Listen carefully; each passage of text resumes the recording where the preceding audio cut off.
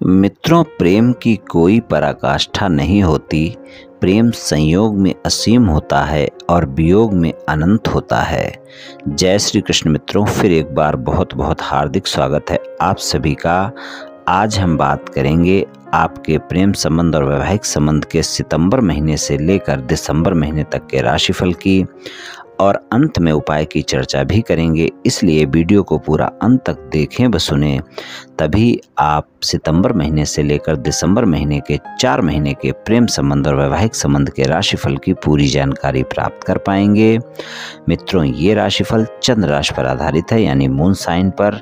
जिन लोगों को अपनी राशि नहीं पता है वो लोग अपनी जन्म कुंडली में ये देख लें कि चंद्रमा उनकी किस राशि में है। जिस राशि में चंद्रमा है वही उनकी राशि है। जिनके पास जन्म कुंडली नहीं है वो अपने नाम के पहले अक्षर से अपनी नाम राशि जान सकते हैं, और ये राशिफल अपनी नाम राशि से भी देख व सुन सकते हैं।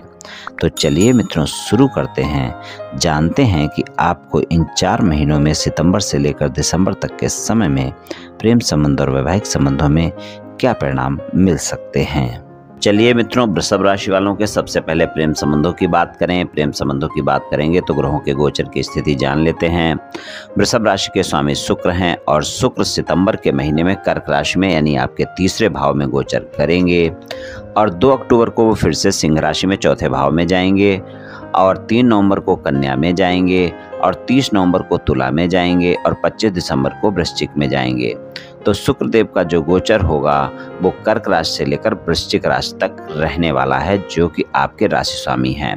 पंचम भाव में कन्या राशि है, स्वामी बुध हैं, और बुध का गोचर अगर हम देखें तो सितंबर के महीने में सिंह राशि में चौथे भाव में रहेंगे गोचर में वो, और 1 अक्टूबर से कन्या में ही आ जाएंगे, 19 अक्टूबर से तुला में जाएंगे, 6 नवंबर से वृश्चिक में, 27 नवंबर से धनु में, और 28 दिसंबर को फिर बकरी अवस्था में वृश्चिक राशि में ही उनका गोचर हो जाएगा। आपके भाग्य भाव के स्वामी शनि हैं, वहां पर मकर राशि है, वो कुंभ राशि में स्वराशि के होकर 10वें भाव में गोचर करेंगे। 7वें भाव में वृश्चिक राशि है, स्वामी मंगल है। मंगल का गोचर देखें, कन्या राशि में ही सितंबर के महीने में उनका गोचर रहेगा, और 3 अक्टूबर से वो तुला में जाएंगे, 16 नवंबर से वृश्चिक में जाएंगे, और 28 दिसंबर से धनु में जाएंगे। धनु में उनका सिर्फ 4 दिन का गोचर होगा इन 4 महीनों में। बात करते हैं आपके आय भाव के स्वामी और अष्टम भाव के स्वामी गुरुदेव की। तो गुरुदेव का गोचर मेष राशि में रहेगा, 12वें भाव में रहेगा।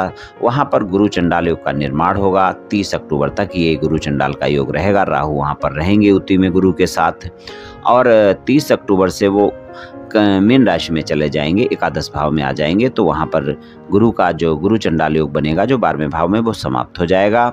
चौथे भाव के स्वामी सूर्यदेव हैं, और सूर्यदेव का गोचर वो लगभग 5 राशियों में भ्रमण कर लेंगे इन 4 महीनों में। 17 सितंबर से कन्या में जाएंगे, इससे पहले वो सिंह राशि में ही रहेंगे स्वराशि के होकर, और 18 अक्टूबर से तुला में, 17 नवंबर से वृश्चिक में, और 16 दिसंबर से धनु राशि में उनका गोचर हो जाएगा।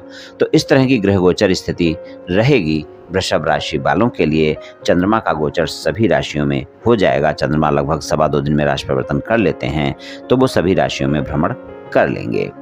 तो कुछ इस तरह की ग्रह गोचर स्थिति रहने वाली है। और राहु और केतु के जो गोचर रहेंगे वो 30 अक्टूबर तक राहु 12वें भाव में, केतु 6ठे भाव में, और उसके बाद राहु एकादश भाव में आ जाएंगे 30 अक्टूबर से, और केतु आपके 5वें भाव में आ जाएंगे, कन्या राशि में आ जाएंगे।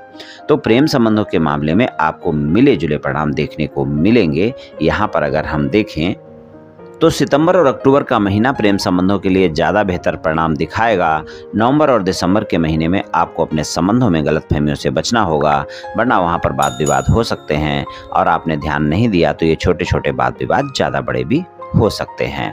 तो वृषभ राशि वालों के लिए प्रेम संबंधों में इस बात का ध्यान रखकर चलना है कि सितंबर और अक्टूबर के महीने में प्रेम संबंधों में आपको एक मजबूती दिखेगी और नयापन दिखेगा। और अगर नए प्रेम संबंध हैं तो आप देखेंगे कि ज़्यादातर समय आपका अच्छा ही रहेगा, लेकिन वहाँ पर भी सितंबर और अक्टूबर के समय में ज़्यादा अच्छे परिणाम देखने को मिलेंगे। तो प्रेम संबंधों में इस बात का विशेष ध्यान रखकर चलें कि अपने साथी के साथ नवंबर और दिसंबर के महीने में किसी भी प्रकार के वाद विवाद से बचकर रहेंगे तो ज़्यादा अच्छा रहेगा। अगर नवंबर और दिसंबर के महीने में आपके प्रेम संबंधों में आपके साथी से कोई भी वाद विवाद होता है तो वो बड़ा हो जाएगा। इस बात को आप ध्यान रखकर चलें।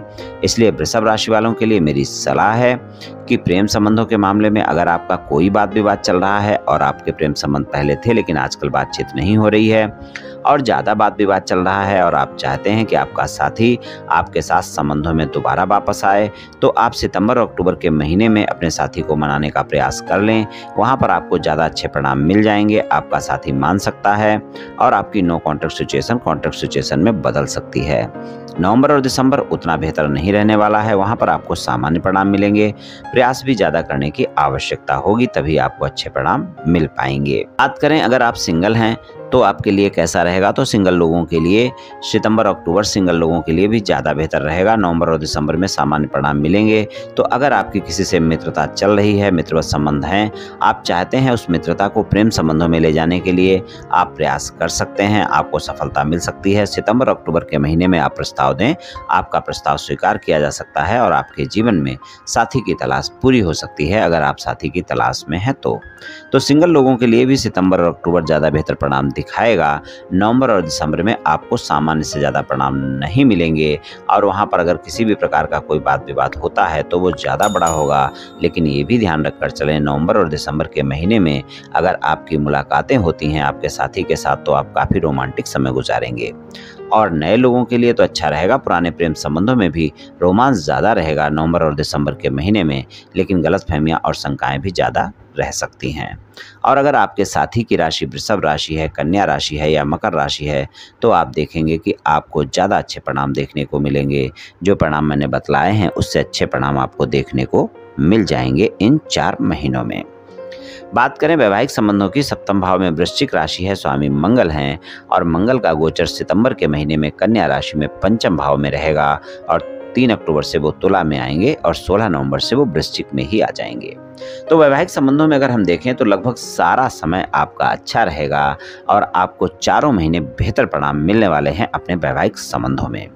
और वैवाहिक संबंधों में आप अपने जीवन साथी के साथ समय भी गुजारेंगे, भरोसा भी बढ़ेगा, एक दूसरे के साथ संबंधों में मधुरता भी रहने वाली है इन 4 महीनों में। अगर वैवाहिक संबंधों में कोई ज़्यादा मतभेद चल रहा है और आप उस मतभेद को समाप्त करना चाहते हैं तो 16 नवंबर से 28 दिसंबर तक का समय आपका सबसे बेहतर समय है। जब आप प्रयास करें आपके वाद विवाद समाप्त हो सकते हैं और आपके जीवन में वैवाहिक संबंध सामान्य हो सकते हैं। और जो भी वाद विवाद आपके जीवन साथी के साथ हैं स्पष्टता से सुलझाने का प्रयास करें। जिन बातों को लेकर वाद विवाद हुए हैं सच्चाई से वो बातें अपने साथी के सामने रखें, डायरेक्ट अपने जीवन साथी से बातें करें। आप देखेंगे कि आपके जो भी वाद विवाद हैं वो सुलझ सकते हैं 16 नवंबर से 28 दिसंबर के बीच में।